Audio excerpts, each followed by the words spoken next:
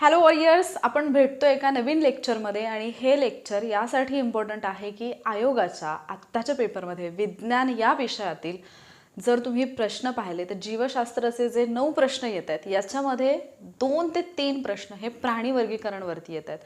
बरं, प्राणी वर्गीकरण आपण तर आधी पण पाहिले, पण प्राणी वर्गीकरणामध्ये प्रश्न विचारताना आयोगाने आता फायलम आणि त्याच्यामध्ये येणारे प्राणी हे विचारायचं सोडून अगदी ऑर्डरमध्ये म्हणजे कुठल्या ऑर्डरमध्ये कुठले प्राणी येतात किंवा एखादा प्राणी आहे त्याचं वैशिष्ट्य काय आहे इथंपर्यंत प्रश्न विचारायला सुरुवात केली आहे. आणि त्या अनुषंगाने आपण प्राणी वर्गीकरण हा टॉपिक अतिशय डिटेलमध्ये अभ्यासणं गरजेचं आहे. सो जे काही आपण डिस्कशन सेशन्स घेतलेत त्याच्यातून ज्या गोष्टी लक्षात आल्या, तर जे वर्ग आहेत त्याच्यामध्ये पण जर आपण रेप्टिलिया पाहिला, त्याच्यानंतर एव्ज आहे, त्याच्यानंतर ॲम्फिबियन्स आहे, त्याच्यानंतर मॅमल्स आहे, याच्यावरती प्रश्न आयोगाने खूप वेळा विचारले आहेत. मॅमेलिया याच्यावरती खूप वेळा प्रश्न विचारलेत आणि डिटेलमध्ये विचारलेत. सो या लेक्चरमध्ये आपण रेप्टिलिया हा जो वर्ग आहे तो विथ ट्रिक्स आणि आपली जी नेहमीची मेथड आहे अगदी जबरदस्त पद्धतीने कंप्लीट करणार आहोत. ठीक आहे. सो पहिल्यांदा तर याच्यामध्ये कुठले प्राणी येतात, यांची वैशिष्ट्ये काय आहेत हे आपण समजून घेऊयात अँड देन आपल्या युनिकवाल्या ट्रिककडे आपण वळूयात. सो रेप्टिलिया हा जो वर्ग आहे ज्याला सरीसृप असं सुद्धा म्हटलं जातं, याच्या अभ्यासाला म्हटलं जातं हर्पिटॉलॉजी.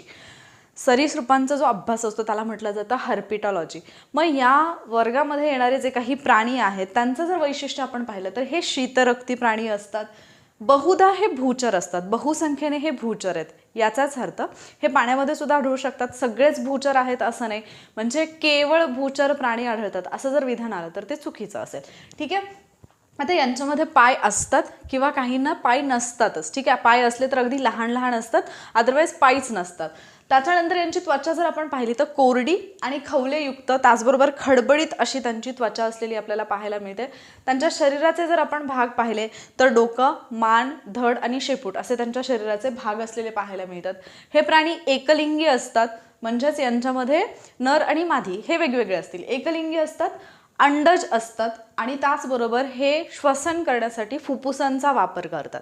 यांच्या हृदयाला 3 कप्पे असतात, पण यांच्यामधला अपवाद आहे तो म्हणजे मगर, कारण मगरीच्या हृदयाला 4 कप्पे असतात आणि हा प्रश्न आयोगाचा विचारून झालेला आहे. ठीक आहे, की अपवाद कोण असतं. आता इथे आणखी एक गोष्ट लक्षात घ्या की वर्ग रेप्टिलिया आहे, सरीसृप आहे, याच्यामध्ये कासव आणि मगर येते. आपल्याला जनरली कासव आणि मगर हे प्राणी जे आहेत हे उभयचर वाटतात, पण ते ॲक्च्युली उभयचर किंवा ॲम्फिबियन्स नाही आहेत. ते येतात कुठल्या वर्गामध्ये, ते येतात रेप्टिलिया किंवा सरीसृपमध्ये. मग काही उदाहरणं जर आपण पाहिली, कासव आहे, पाल आहे, सरडा आहे, मगर आहे, शॅमलियन सरडा आहे आणि उडणारा सरडा ज्याला ड्रॅको असं म्हटलं जातं. सो हे काही प्राणी आहेत, त्यांची उदाहरणं आहेत. मग आता या प्राण्यांचं जर आपण वर्गीकरण पाहिलं तर कवटीनुसार जर पाहिलं तर यांचे 4 गट पडलेले आपल्याला पाहायला मिळतात. ॲनॅप्सिडा, पॅरॅप्सिडा, सिनॅप्सिडा आणि डायॅप्सिडा. 4 गट कुठले कुठले आहेत? ॲनॅप्सिडा, पॅरॅप्सिडा, सिनॅप्सिडा आणि डायॅप्सिडा. याच्यापैकी हे पहिले 3 जे आहेत ॲनॅप्सिडा, पॅरॅप्सिडा, सिनॅप्सिडा हे एक्सटिंक्ट झालेत, म्हणजे हे लुप्त पावलेले आहेत. हे सध्या अस्तित्वामध्ये नाही आहेत. पण एक आहे, तो कुठला आहे? डायॅप्सिडा. आणि याच्यावरती आयोगाने प्रश्न विचारलेले आहेत. सो डायॅप्सिडामध्ये जर आपण पाहिलं तर याला परत 3 उपगणांमध्ये विभागलेलं आपल्याला पाहायला मिळतं. 3 गणांमध्ये. डायॅप्सिडाचं विभाजन 3 गणांमध्ये केलेलं आपल्याला पाहायला मिळतं. रिंकोसिफॅलिया, क्रोकोडिलिया आणि स्कॅमॅटा. रिंकोसिफॅलिया, क्रोकोडिलिया आणि स्कॅमॅटा. आणि त्याच्यातही जर आपण रिंकोसिफॅलिया पाहिलं तर याच्यामध्ये येतो स्पिनोडॉन. स्पिनोडॉन त्यालाच ट्यूटारा असं म्हटलं जातं, काही ठिकाणी तुतारा असं तुम्हाला लिहिलेलं पाहायला मिळेल. न्यूझीलंडमध्ये आढळणारा हा प्राणी आहे.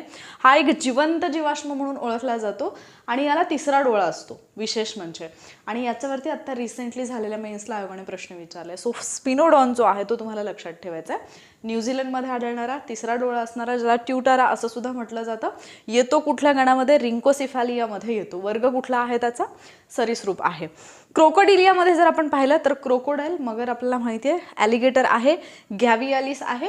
आणि यांचं वैशिष्ट्य असं आहे की यांच्यात 4 कप्पांचं हृदय असतं, स्नायुमय पटल असतं आणि सस्तन प्राण्यांसारखे दात सुद्धा असतात. म्हणजे क्रोकोडिलिया या गणामध्ये येणारे जे प्राणी आहेत ते ॲक्च्युली त्यांच्यामध्ये असणारी वैशिष्ट्ये ही बऱ्यापैकी सस्तन प्राण्यांची आपल्याला आढळतात, पण ते आहेत कुठले? सरीसृपमध्ये आहेत. त्याच्यानंतर स्कॅमॅटा. स्कॅमॅटाचं परत 2 उपगणामध्ये वर्गीकरण होतं. पहिलं आहे लिझार्ड्स आणि दुसरं आहे साप किंवा ओफेडिया त्याला म्हटलं जातं. आता इथे मुद्दा लक्षात हा ठेवायचा आहे हे जे 2 उपगण आहेत याच्यातल्या सापांचे जे प्रकार आहेत याच्यावरती आयोगाचा रिसेंटली प्रश्न विचारून झालाय. मग आता पुढचा प्रश्न इकडे लिझार्ड्सवरती यायला काहीच प्रॉब्लेम नाही आहे, राईट. सो याच्यामध्ये वॉल लिझार्ड आहे, हेमिडॅक्टलस असं म्हटलं जातं. हे ऑप्शनमध्ये आयोगाने दिलेलं आहे, म्हणजे इथे प्रश्न विचारला जाऊ शकतो. उडणारा सरडा ड्रॅको, हे पण ऑप्शनमध्ये दिलेलं आहे एका प्रश्नाच्या. हा जो स्फिनोडॉनचा प्रश्न मी म्हटलं ना, याच्यामध्ये ऑप्शनमध्ये ते आहे. त्याच्यानंतर ओफियोसॉरस म्हणजे ग्लास स्नेक, आणि त्याच्यानंतर आहे सॅमेलियन, हा सुद्धा ऑप्शनमध्ये दिलेला होता. सो हे आपल्याला लक्षात ठेवायचं आहे. देन सापाचा जर विचार केला तर ओफिडिया असं म्हटलं जातं. सापाच्या अभ्यासाला ओफिडॉलॉजी असं म्हटलं जातं किंवा सर्पिटॉलॉजी असं सुद्धा म्हटलं जातं. याच्यामध्ये विषारी साप जो आहे तो आहे नाग, न्यूरोटॉक्सिक असं त्याला म्हटलं जाईल, न्यूरोटॉक्सिक. त्याच्यानंतर वायपर, हेमोटॉक्सिक. हायड्रोफिस म्हणजे सी स्नेक.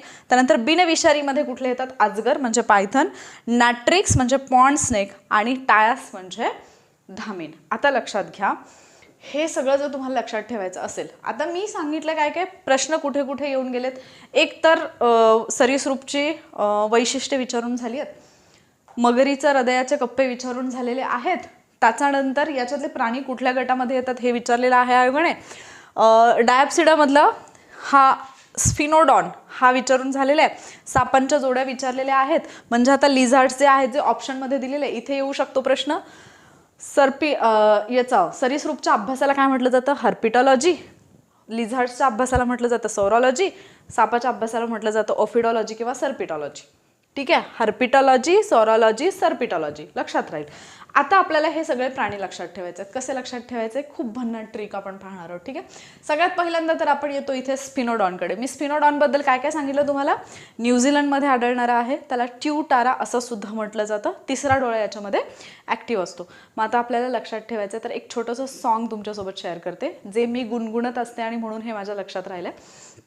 तर ते सॉन्ग असं आहे, स्फिनोडॉन ट्यूटारा, न्यूझीलंडचा तिसरा डोळा. स्फिनोडॉन ट्यूटारा, न्यूझीलंडचा तिसरा डोळा.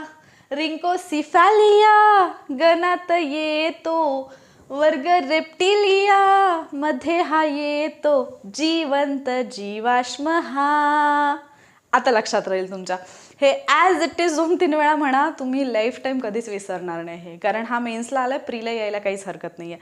त्याच्यानंतर जर तुम्ही आलात क्रोकोडाईल ॲलिगेटर हे आपल्या लक्षात राहतात. ठीक आहे, याच्यामध्ये गॅवियालिस हे एक मगरीचंच उदाहरण आहे, क्रोकोडिलियामध्ये येतं. आता येतो स्कॅमॅटा. स्कॅमॅटामध्ये आपल्याला हे लक्षात ठेवायचं आहे, लिझार्ड्स म्हणजे असते पाल, म्हणजे पालींचा गट. ठीक आहे, आता जर आपण लॅसेरेटिलिया असं त्याला म्हटलं जाईल, जर लिझार्ड्स पालींचा जर गट पाहिला, याच्यातलं जर लक्षात ठेवायचं म्हटलं तर जी वॉल लिझार्ड असते घरामध्ये आढळणारी, तिला म्हटलं जातं हेमिडॅक्टलस. आता जेव्हा पण मी घरामध्ये किंवा मी कुठेही असताना मला पाल दिसते, त्यावेळेला मी असं ते हेमिडॅक्टलस. आता लक्षात राहून जाईल, घरात पाल दिसली की फक्त ओरडायचं हेमिडॅक्टलस. तुम्हाला कधीच विसरणार नाही हे, आणि एखादा प्रश्न इथे बनू शकतो. त्याच्यानंतर उडणारा सरडा ड्रॅक्युला उडतो, ड्रॅको उडणारा सरडा. त्याच्यानंतर ओफियोसॉरस ग्लास स्नेक, ग्लासमध्ये साप आहे, इमॅजिन करा, ओफियोसॉरस असं म्हणायचं, लक्षात राहून जातं, म्हणजे ग्लास स्नेक. आणि सॅमेलियन सरडा सगळ्यांना माहिती असतो. त्याच्यानंतर विषारी साप नाग, न्यूरोटॉक्सिक नावामध्येच आहे, लक्षात राहून जाईल, त्याला स्नागा असं सुद्धा म्हटलेलं आहे. वायपर हेमोटॉक्सिक, तुमच्या गाडीवरती जर विष पडलं, हेमोटॉक्सिक पडलं, तुम्ही काय कराल, वायपर माराल. Hemotoxic viper. Hydrophis sea snake, समुद्रामधला साप, सी स्नेक असं थोडक्यात. सी स्नेक, मग हायड्रो म्हणजे काय असतं, पाणी. मग तुम्ही लक्षात घ्या, हायड्रोमध्ये फिसफिस, सी स्नेक लक्षात राहून जाईल. बिनविषारी साप अजगर, पायथन हे माहिती, हे कॉमन आहे, लहानपणापासून ऐकलेलं आहे. नॅट्रिक्स असतो पॉन्ड स्नेक, आणि टायास असते धामीन, म्हणजे जी उंदीर खाते, रॅट स्नेक असं म्हटलं जातं. धामीन उंदीर खाते, रॅट स्नेक असं म्हणा. ठीक आहे, तर तुम्ही असंही लक्षात ठेवू शकता. टायास म्हणजे एकतर ट्राय करते लक्षात ठेवा, किंवा टायास उंदीर खाते, धामीन उंदीर खाते. रॅट स्नेक म्हणजे ती खाते न खाते तो विषय नाही, त्याला रॅट स्नेक असं म्हटलं जातं. सो अशा पद्धतीने आपण वर्ग रेप्टिलिया जो आहे तो पाहिलेला आहे, आणि मला आशा आहे की हे सगळे जे पॉईंट्स आहेत ते तुमच्या लक्षात राहिले असतील. आता तुमचा होमवर्क हा आहे की हे जे काही मी बोर्डवरती लिहिलेलं आहे हे सगळं तुमच्या नोट्समध्ये प्रॉपरली राईट डाऊन करायचं. मी एका बाजूला होते, हे सगळं प्रॉपरली तुमच्या नोटबुकमध्ये राईट डाऊन करायचं. ती ट्रिक जी आहे ती लिहायची आणि जे गाणं मी सांगितलं ते गुणगुणायचं. हे याचे फोटोज तुम्ही म्हणजे जे तुम्ही लिहिलेलं आहे त्याचा फोटो तुम्ही टेलिग्रामवरती शेअर करू शकता. याचा फायदा ऑब्व्हियसली तुम्ही लिहिलं म्हणून तुमच्या लक्षात राहील, शेअर केलं म्हणून तुमचं आणखी जास्त चांगलं लक्षात राहील आणि ज्यांनी नाही लिहिलं त्यांनाही याचा फायदा होईल. सो हा व्हिडिओ जर तुम्हाला आवडला असेल, हेल्पफुल वाटला असेल तर मला तसं कमेंट करून नक्की सांगा. आणि दुसरा मुद्दा हा की मोलुस्काची ट्रिक खूप जास्त फेमस झाली आणि त्याच्यानंतर खूप स्टुडंटचे मेसेजेस येत होते. VC मध्ये पण स्टुडंट म्हणत होते की मॅम असा एखादा व्हिडिओ घेऊन या. सो मला आशा आहे की हा व्हिडिओ तुम्हाला आवडला असेल. असेच बाकीचे जे वर्ग आहेत ते जर कंप्लीट करावेत मी असं तुम्हाला वाटत असेल तर मला तसं नक्की सांगा. बाकीच्या वर्गांचे पण ट्रिकचे व्हिडिओज मी डेफिनेटली घेऊन येईन. लवकरच भेटूयात आपण पुढच्या लेक्चरमध्ये. थँक्यू.